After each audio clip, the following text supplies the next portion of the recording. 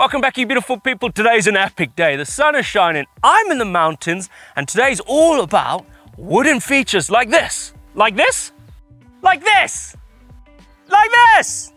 And finally this one right here. Right, let's dive into this wooden features at a bike park. Oh, best feeling ever, dude.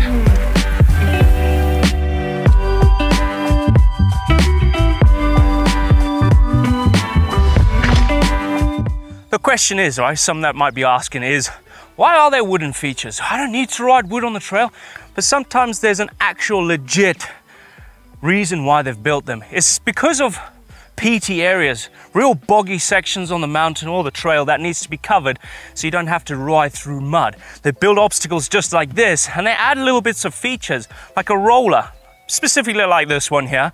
And the key thing is, again, it can be intimidating no matter how big it is, but just stick to the rider's line. The rider's line is where everyone else rides. And for example, this one is in the middle, where all the grippy stuff is. So stick to the middle and keep looking ahead. Don't look down there, even though it's not high, but if you are scared of heights, it's quite scary. Anyway, this is why they build wooden features out there on the trail.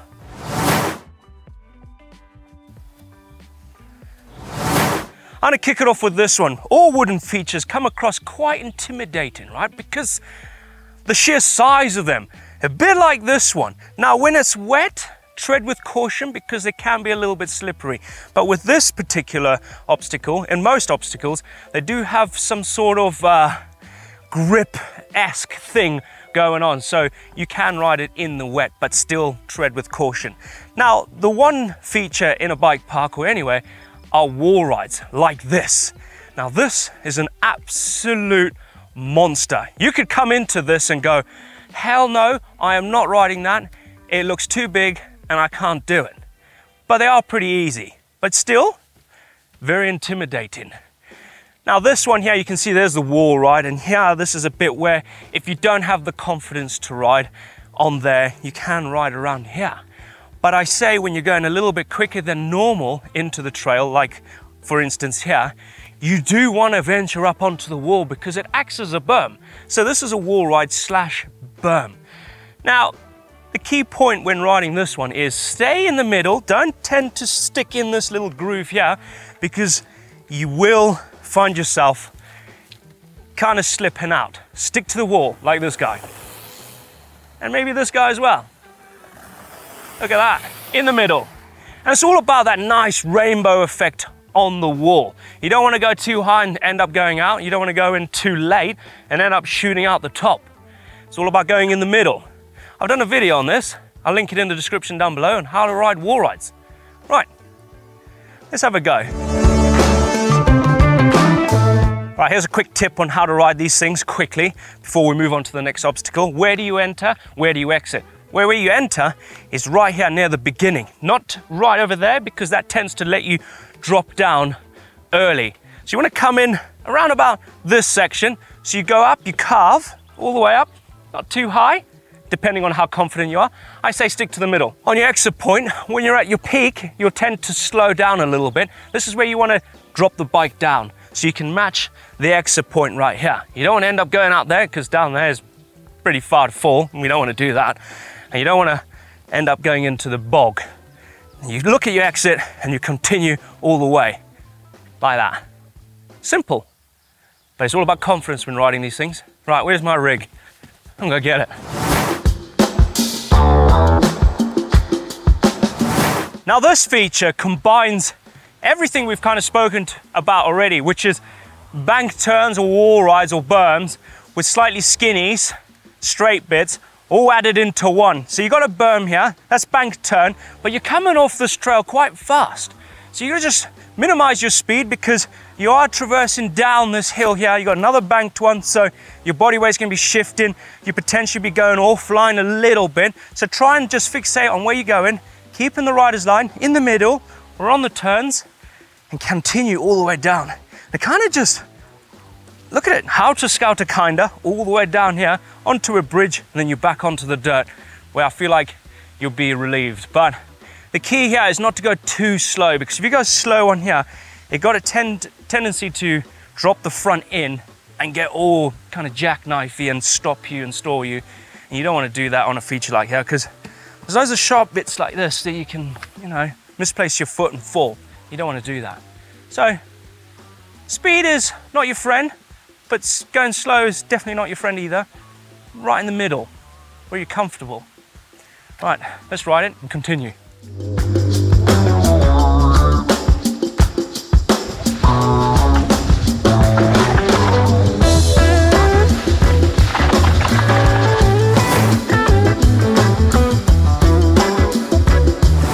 Now we're moving on to something a little bit more challenging, Northshore, where it gets a bit more exciting and a bit more dangerous as well. Now I'm here on the Evil Eye Trail in Salbach, and the trail starts with some skinnies, and I'm going to kick off with the skinnies. Now how to ride skinnies it's a challenge in itself because it's really narrow. It can be the same size as your tire width, but it's all about balance to get across and momentum. If you feel like you're gonna slow down on it, that's when you're gonna start second guessing yourself and you wanna put your foot down and completely stop. But when it gets a little bit higher, that's when it gets incredibly challenging because you can't really put your foot down and momentum is key. Not going too fast, but not going too slow either. And it's all about looking ahead, because if you're looking at your front wheel, that's a tendency to think, oh my goodness me, what is coming up? I don't know, and you start to stop. Always look ahead, keep your momentum, and balance is definitely key when it comes to riding skinnies. A few quick tips when riding skinnies. Speed is not your friend. Momentum is very key. Going slow, I highly recommend you don't go too slow, because it gets to a point where you start to fumble and you want to put your foot down. And there's no room for error when putting your feet down on a skinny because it's narrow. Now, another one is when it's really skinny and there's a bend in it, your rear wheel doesn't actually follow your front wheel. So just remember that when it comes to a point in the trail like this right here, where you want your front wheel to be quite close to the edge so the back wheel can match. If you feel like the back wheel is going to kind of go off the edge, that's where you want to apply a little bit of front brake or hop the rear around to match the front so you can get a straight line through. Remember, back wheel doesn't follow the front. Here's a better example on where your rear doesn't follow your front, on this sort of skinny right here. So you'll turn, when you turn, the bike will drop in there. So what you have to do is compensate for that. So you want to go wide, a little bit there, keep it on the wood, and as soon as you get here, as you can see where the grippy stuff is kind of disintegrated, because this is where you're going to use the front a little bit, push over onto the front wheel, apply your front brake a little, to get that back wheel over. Use your hips to swing it around. Not too far, because you don't want to go over there. Just enough to line up the bike again. And when you get to this point here, use the whole skinny to get the bike straight. And then again, just a little hop there. Line the bike up straight and apply some pedal pressure to continue onto this Northshore bit here. Which again, this is a different obstacle. It's the same again. Boardwalk all the way through here. Boardwalk all the way down. It's graded, it's downhill, so speed is going to be there. So you've got to modulate your brakes, because if you go too fast around these wiggly bits, it could send you off track. But at the end, it's a different story. It's a jump. So let's go down there.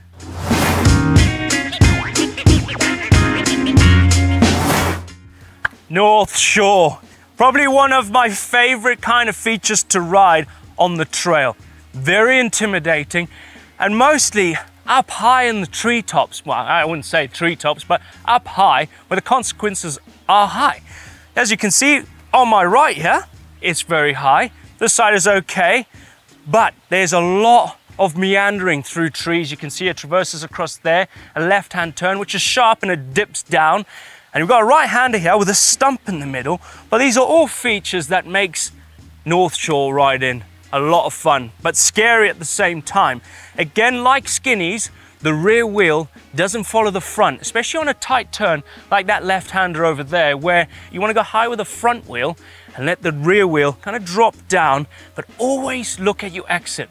Don't look at what's down there, just look at where you're going, because if you don't, that's where it kind of gets a little bit sticky, and you don't want to be doing that. Again, when it gets straight, stick to the rider's line in the middle, so you got enough room left and right if you were to fumble and put your foot down. But it's a lot of fun. Again, wooden features when wet are slippery, so tread with care or ride with care, either or. If you're treading, you shouldn't be on it.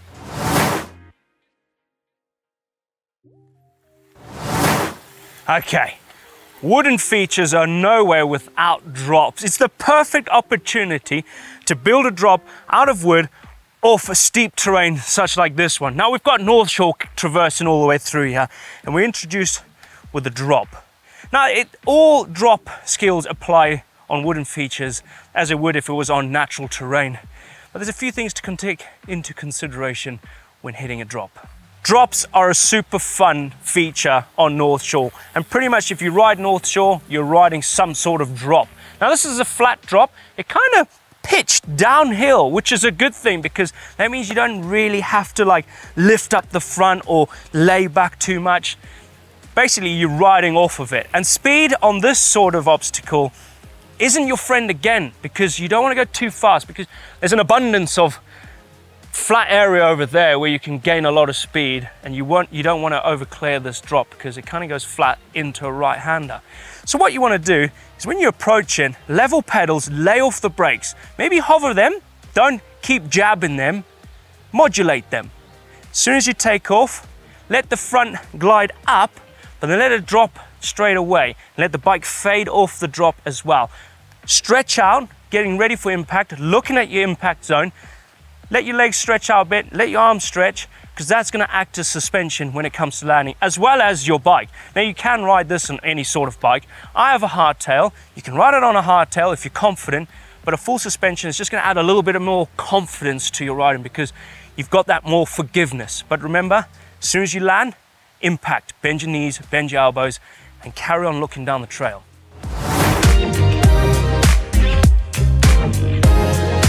Yes, just this bit here, look at it. It's a takeoff, it's very mellow, it's not steep, it's not gonna fire you over the bars, but it's something to consider when riding some Northshore. Obstacles are gonna be totally different. Now they could have just built a drop here, a flat one, you can just drop off, but it's all about creativity when they build Northshore. This one here, your jumping skills apply exactly the same on this obstacle as it does on the trail. Again, you use that preload system. As soon as you get off the top, you pop, you focus on where you're going, you look at your landing, you brace for impact, so you stretch up so you can land and use your body as a suspension as well as your bike. Now, this bit you can see I said modulate your speed all the way through on this particular obstacle right here. You're modulating your speed, but when you come into this bit right here, that's where you lay off the brakes because you want a bit of speed to clear this kind of substantial gap all the way down there. So if you feel like you are going too slow there, maybe do a little bit of pedaling, but stop pedaling way before that because you don't want to pedal off that because you're going to end in tears. A little bit of pedaling if you feel like you're going a bit slow. Lay off, relax, use this little kicker, pop it and land.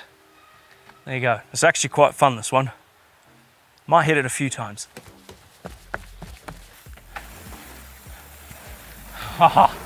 Oh, best feeling ever, dude. Hip, oh.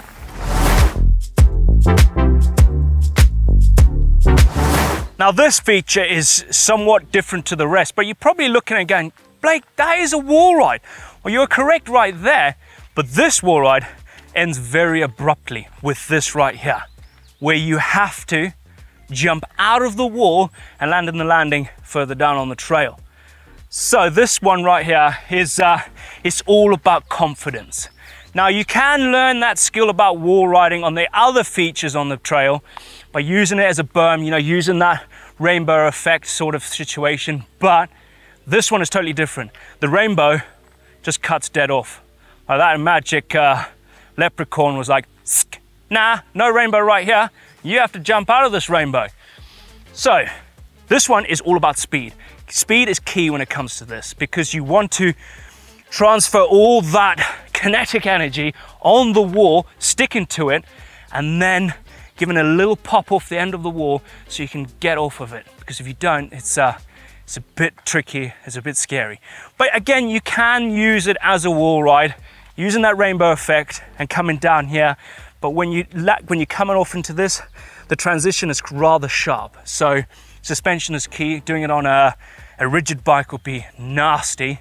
So you've got to brace for impact right here. And it feels like the front wheel's just gonna dig and push you and send you over the bar. So lean back slightly when you're coming off. Don't just come straight down, come off it as an angle. That's key, come off at an angle. But when you want to drop off of it, this is where you want speed. Momentum is key when it comes to riding this feature. I like it. It is actually quite intimidating. I'm on a hardtail, but that doesn't really stop you. You can do it on all kinds of bikes. All right, I'm going all the way up there.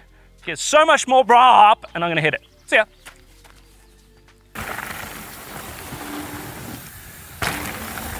So there we have it, a few bike park wooden features that we've barely scraped the surface on how many different shapes and sizes of obstacles built out of wood at bike parks out there in the Alpines, everywhere. People are building these things that are incredible, and it's all about just being creative. Hopefully these few tips on how to ride such features has helped you out. So next time you come to Saddleback, if you were to visit, hopefully this would help you out, conquer your fears. But most of these bike park obstacles do have little exits, you know, just in case you get out of your comfort zone and you're like, I do not want to try this today. I'm going to take it easy. I'm going to go down the chicken line. I wouldn't say it's a chicken line.